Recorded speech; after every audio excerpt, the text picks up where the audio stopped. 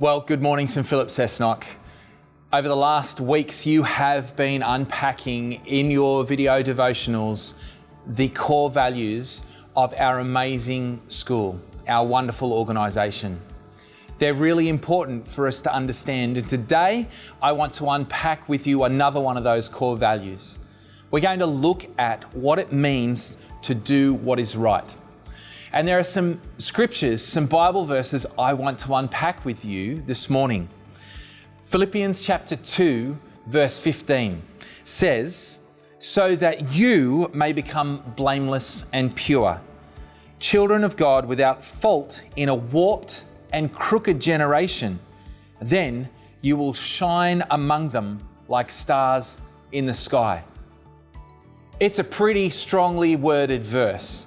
It talks about the fact that there's so much going on around us that is wrong.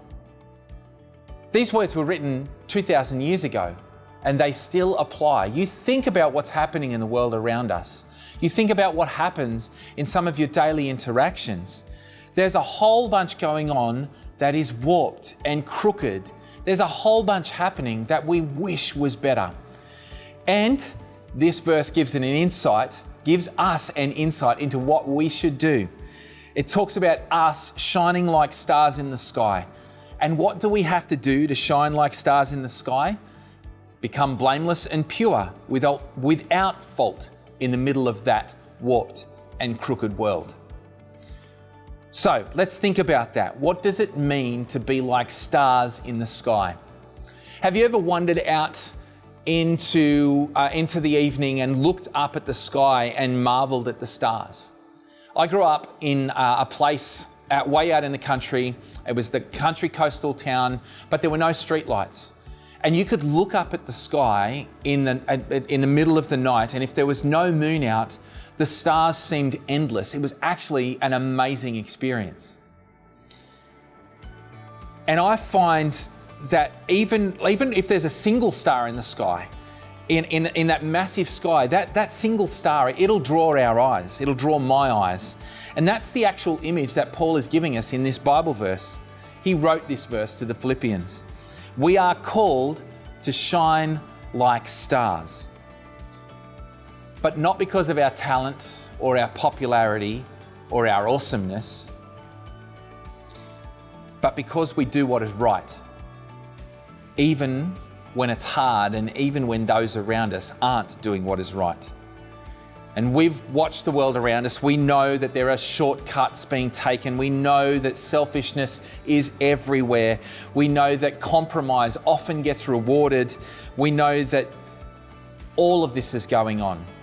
And in the middle of all of that, I want to say to you that choosing righteousness will make you stand out among the crowd. It's not flashy, but it is very, very powerful. So, God doesn't call us to blend in. He calls us to live differently. He calls you to live differently, with integrity, with love, with courage. He calls you to live so that your lives become like a light in the darkness, like those stars in the night sky. Not so that you can boast, but so that you can reflect His faithfulness and point others to Him. So we've looked at Philippians 2, verse 15. That verse comes directly after some other stuff that Paul was writing, where he was telling the people in Philippi, in the city he was writing to do everything without grumbling or arguing. That's in verse 14. Now that in itself is countercultural.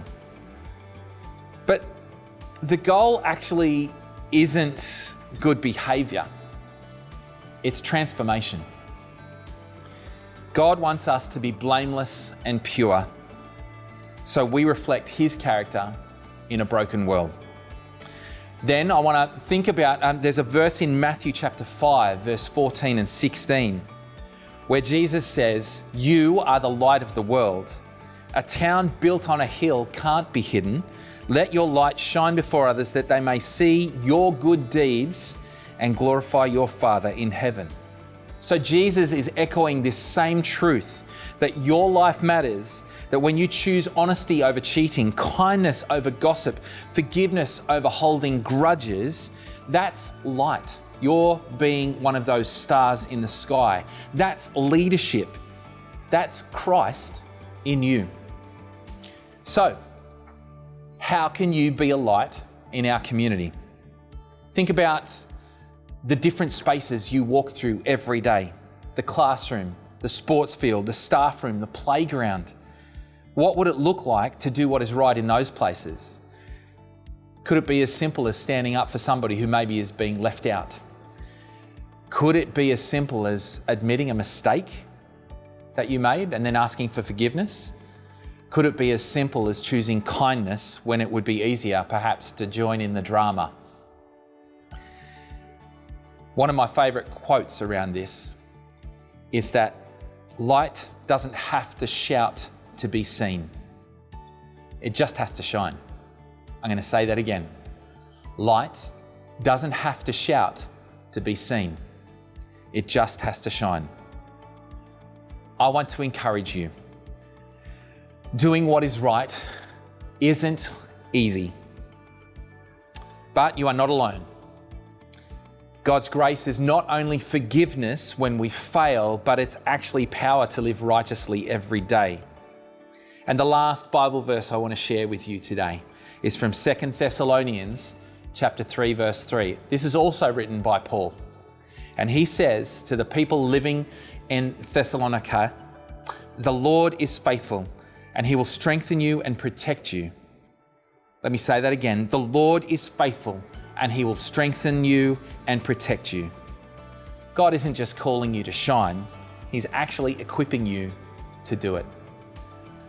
Please know that we are praying for you, that as you walk through your everyday experience, as you interact with the people around you, we are praying that God would help you and you would be reminded and prompted to be those people that do what is right, that shine that light to our community and to our world, because we all know it really needs it.